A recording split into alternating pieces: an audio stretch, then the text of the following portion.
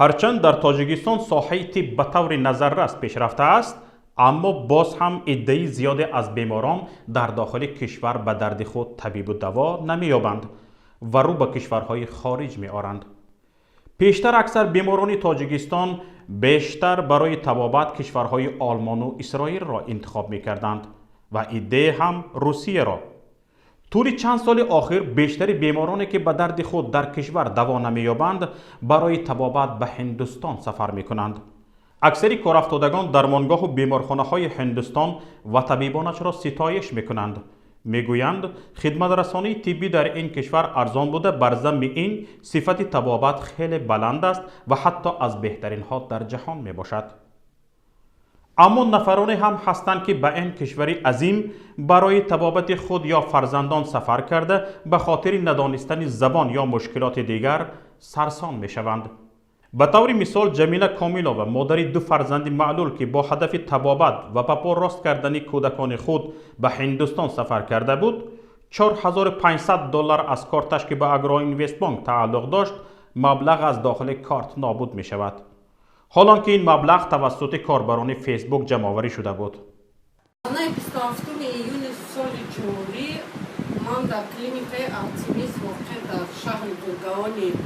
دولت هندوستان بودم و باید که مبلغ طبابت رو پرداخت میکردم. اما در وقتی که من کارت بانکی اگرا اینوست بانک رو در همون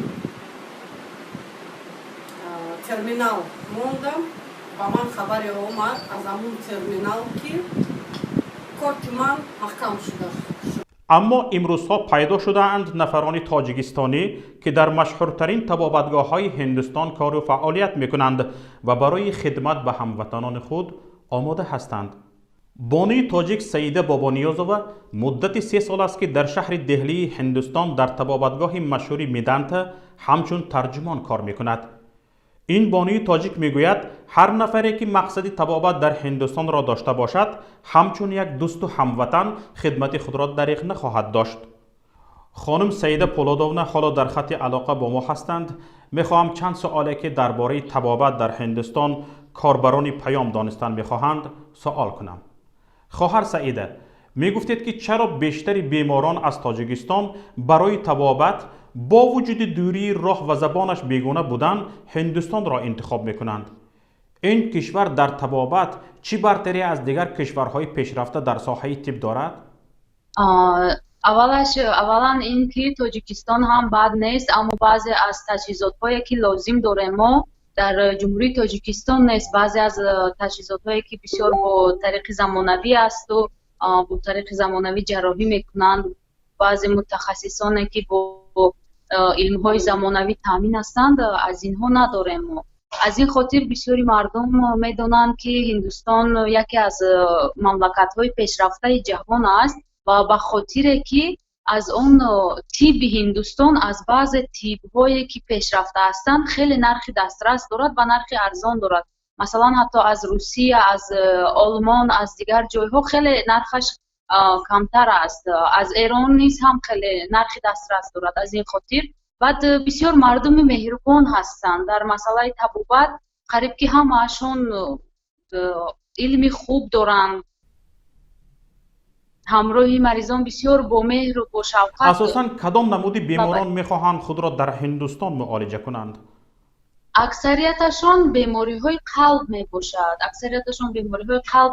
که با واسطه لازر با واسطه چون تیرونه بعضی چی تجهیزات‌هایی که جراحی میکنن ما نداریم. حتی بعضی دکترهای خودمون مصلحت میدن که با خارجه سفر کنه چون که ما امکانیت این جراحی رو نداریم. بعد از بیماری‌های قلبی بسیارتر بیماری‌های سرطانی زیاد هستند اینجا. گرده هم میبیاید، گرده مثلا گاسترنترولوژی، بعد گپاتیت زیادتر میبیاید، گپاتیت C B، چون که داروهای اینجا دارد که خیلی خوب طبابت میکنند و یکی از خوبی بیماران دکترهای هندوستان در آن است که اول خون رو تشخیص میکنند و مطابق خون انسان کدام دارویی که به خون انسان خوب بگیرد همون رو توصیه میکنند. اما چنانی که پیشتر به آن اشاره شد هستند حالتهایی که به خاطر ندانستن زبان و چند سببهای دیگر مسافرانی که برای طبابت به هندوستان سفر میکنند به فریب دزد دچار میشوند. پولهایشان را میدزدند، فریب میدهند. این راست است چون که اگر که زبان رو ندونه، جای رو ندونه، هستن نفرانی هستند که از موقع استفاده از امکانیت استفاده میبرند و بعضی از همین نفرانی هندی، بعضی از نفرانی تاجیک هم هستند.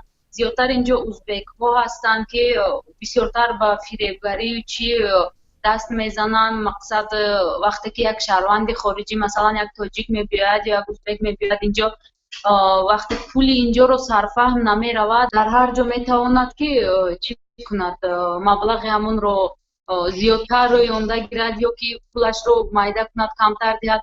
اما با بیمارخانه ها هر قدر که چک پول میسپورند، بیمارخانه با طبق مقدار مبلغ همون ها چک میدهد. بعضی از بیمارخانه ها فریبگری میکنند، چکی ساخته میتین، لیکن طول 2 سال است من در میدان تا کار میکنم، تا حال یگان بار نشده است که ما خواهش کنیم و گپ زنیم که از این پول زیادتر از مریض.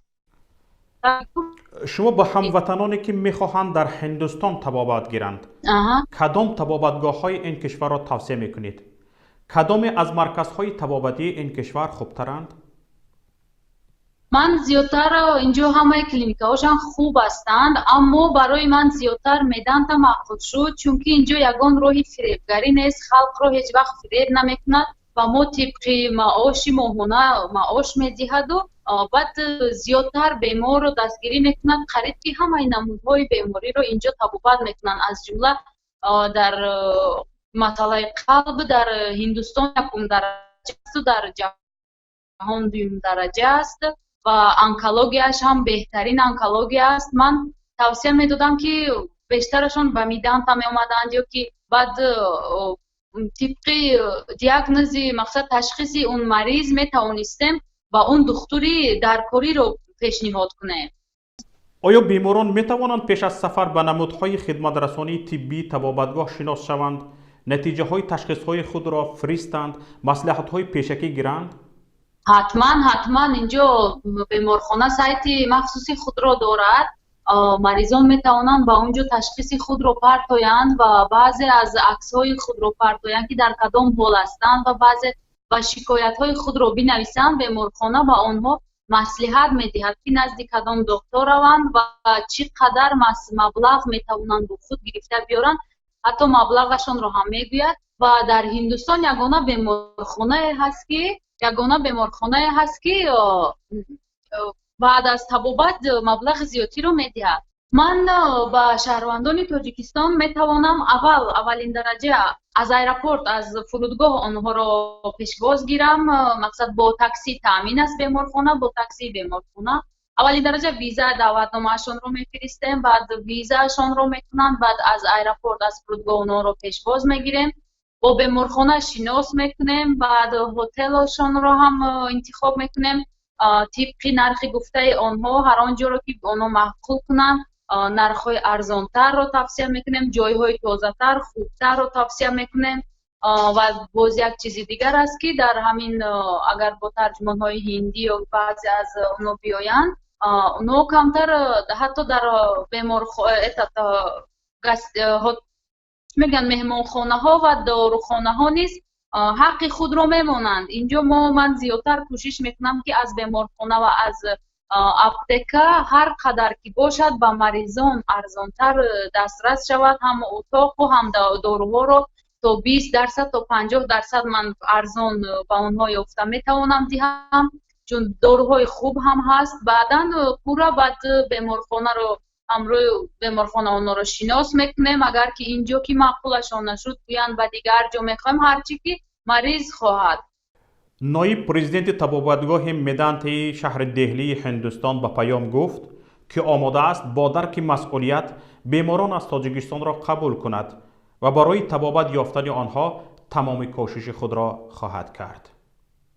السلام علیکم. سلام. I can speak little bit English, not your language. клиникаи меданта на танҳо дар ҳиндустон балки дар миқёси ҷаҳон яке аз табобатгоҳҳои беҳтарин мебошад. дар ин табобатгоҳ беҳтарин мутахассисони ҷаҳон кор мекунанд. хизматрасонӣ харҷи зиёд талаб намекунад. бо итминони комил мегӯям ки ҳар касе табобатгоҳи медантаро интихоб мекунад пушаймон нахоҳад шуд. дар мо беморон аз тамоми гӯшаву канори дунё табобат мегиранд. дар табобатгоҳи меданта департаменти махсус барои беморони хориҷӣ дорем ки тарҷумон ва дигар намудҳои хизматрасонии иловагӣ ҳам дорад. Mr. Malhotra, Gospodin Malhotra, and your director Medanta International Department. ба тамошобинони азизи гиромӣ тазаккур медиҳам ки ин хабари мо ба хотири реклам нест. танҳо ба ин хотир аст ки як каме бошад ҳам барои аз сарсонӣ дар мулки бегона наҷот ёфтани ҳамватанон саҳме дошта бошем. хонум Саида низ мегӯяд ягона нияташ ин аст ки ба мардумаш хидмате карда бошад. ҳатто омода аст корафтодагонро аз фурудгоҳ пешвоз гирад. ҳар касе ки ниёз ба табобат дар хориҷро дорад метавонад ба хонум Саида мустақиман ба ин рақамҳое ки дар навор мебинед занг зада маслиҳатҳоро бевосита бипурсад ва ҳамчунин аз маслиҳати духтурони бо таҷриба баҳраманд шавад.